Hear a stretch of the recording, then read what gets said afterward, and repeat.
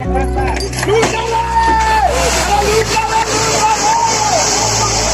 आप तो नहीं खा रहे हैं ये मछली, हो सकता है कैंसर, किसान भी रहें सावधान। थाईलैंड में विकसित थाई मांगुर पूरी तरह से मांसाहारी मछली है। इसकी विशेषता यह है कि यह किसी भी पानी यानी दूषित पानी में तेजी से बढ़ सकती है। जहां अन्य मछलियां पानी में ऑक्सीजन की कमी से मर जाती हैं, लेकिन यह मांगुर मछली उस गंदे पानी में भी जीवित रहती है। मछली का सेवन स्वास्थ्य के लिए बेहतर माना जाता है, पर यह खबर आपको सावधान करने के लिए है, क्योंकि राजधानी रांची समेत राज्य के मछली बाजारों में मांगुर मछली की बिक्री बेरोक टोक की जा रही है। थाईलैंड की प्रजाति होने के कारण इसे थाई मांगुर कहा जाता है। डॉक्टर मानते हैं कि मांगुर मछली खाने से कैंसर हो सकता है। मछली पर बैन होने के बावजूद ये खुलेआम बाजार में बेची जा रही हैं। राजधानी के शालीमार स्थित थोक मछली बाजार में यह मछली जिंदा बेची जाती है।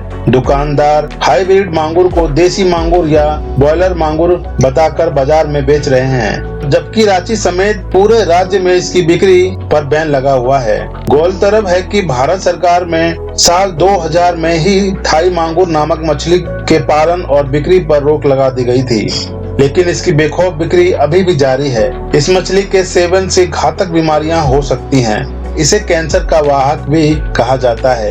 ये मछली मांसाहारी होती है। इसका पालन करने से स्थानीय मछलियों को भी क्षति पहुंचती है। साथ ही जलीय पर्यावरण और जन स्वास्थ्य को खतरे की संभावना भी रहती है। थाई मांगुर खाने के नुकसान बहुत सारे हैं। थाईलैंड की थाई मांगुर मछली के मांस में 80% लेड और आयरन की मात्रा होती है, इसलिए इसका सेवन करने से कई प्रकार की बीमारियां होती हैं। इस मछली को खाने से लोगों में गंभीर बीमारी हो सकती है। बता दें कि मांगुर मछली मांसाहारी मछली है। ये मांस को बड़े चाव से खाती है। सड़ा हुआ मांस खाने के कारण इन मछलियों के शरीर में वृद्धि एवं विकास बहुत तेजी से होता है। यही कारण है कि ये मछली 3 माह में 2 से 10 किलोग्राम वजन की हो जाती है। इन मछलियों के अंदर घातक हैवी मेटल्स जिसमें आर्सेनिक, कैडमियम, क्रोमियम, मरकरी और लेड अधिक पाया जाता है, जो स्वास्थ्य के लिए बेहद हानिकारक होता है। थाई मांगुर के द्वारा प्रमुख रूप से गंभीर बीमारियां भी हो जाती हैं, जिसमें हार्ट से रिलेटेड बीमारियां हो जाती हैं। साथ ही न्यूरोलॉजिकल और यूरोलॉजिकल और लीवर की समस्या यानी लीवर की प्रॉब्लम भी बढ़ जाती है, या कहें कि शुरू हो जाती है। पेट एवं प्रजनन संबंधित बीमारियां और कैंसर जैसी घातक बीमारियां भी हो जाती हैं। इसके साथ साथ मधुमेह यानी कि शुगर की बीमारी भी हो जाती है, डायबिटीज जिसे कहा जाता है। अब जानते हैं थाई मांगुर पर्यावरण के लिए कैसे घातक है।